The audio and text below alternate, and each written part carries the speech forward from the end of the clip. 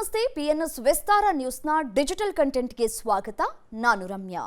ಚೇತನ್ ಅಹಿಂಸಾ ಅವರೇ ಸುದ್ದಿಯಲ್ಲಿರಬೇಕು ಎಂಬ ಹಪಾಹಪಿಯಿಂದ ನಾಡಿನ ಆರಾಧ್ಯ ದೈವ ಡಾಕ್ಟರ್ ರಾಜ್ಕುಮಾರ್ ಅವರ ಬಗ್ಗೆ ಮಾತನಾಡಿರೋದು ನಿಮ್ಮ ವಿಕೃತ ಮನಸ್ಥಿತಿಯನ್ನು ತೋರಿಸ್ತಾ ಇದೆ. ಅಣ್ಣವರು ದಶಕಗಳ ಹಿಂದೆಯೇ ಭೌತಿಕವಾಗಿ ನಮ್ಮಿಂದ ದೂರವಾಗಿದ್ರು ಇಂದಿಗೂ ಕೋಟ್ಯಾಂತರ ಕನ್ನಡಿಗರ ಜನಮಾನಸದಲ್ಲಿ ಜೀವಂತವಾಗಿದ್ದಾರೆ. ಹೀಗಿರುವಾಗ ದಶಕಗಳ ಹಿಂದೆ ನಿರ್ಮಾಣವಾದ ಅವರ ಸಮಾಧಿಯ ಜಾಗದ ಬಗ್ಗೆ ಈಗ ತಗಾದೆ ತೆಗೆಯೋದು ಕೇವಲ ಪ್ರಚಾರಕ್ಕಾಗಿ ನೀವು ಮಾಡ್ತಾ ಇರುವ ಅಸಹ್ಯಕರ ತಂತ್ರ ಅಷ್ಟೇ. ಈ ಹಿಂದೆ ಕೂಡ ಇಂತಹದ್ದೇ ವಿಷಯಗಳಲ್ಲಿ ಬಾಯ್ ಹಾಕಿ ಸಾರ್ವಜನಿಕರಿಂದ ಉಗಿಸ್ಕೊಂಡಿದ್ರು ನಿಮಗೆ ಬುದ್ಧಿ ಬಂದಿಲ್ಲ.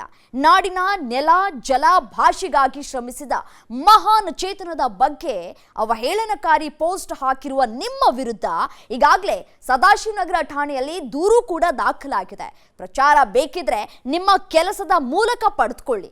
ಅದನ್ನು ಬಿಟ್ಟು ಕನ್ನಡಿಗರ ಭಾವನೆಗಳ ಜೊತೆ ಆಟವಾಡಿ ಪ್ರತಿ ಬಾರಿ ಉಗ್ಗಿಸ್ಕೊಳ್ಳುವ ಚಾಳಿಯನ್ನ ಬಿಟ್ಟುಬಿಡಿ.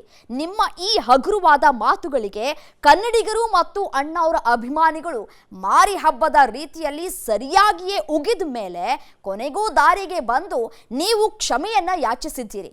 ಇನ್ನಾದರೂ ಇಂತಹ ವಿಕೃತ ಪ್ರಯತ್ನಗಳನ್ನ ನಿಲ್ಲಿಸ್ಬಿಡಿ. ಕನ್ನಡಿಗರ ತಾಳ್ಮೆಯನ್ನ ಪರೀಕ್ಷೆ ಮಾಡಬೇಡಿ.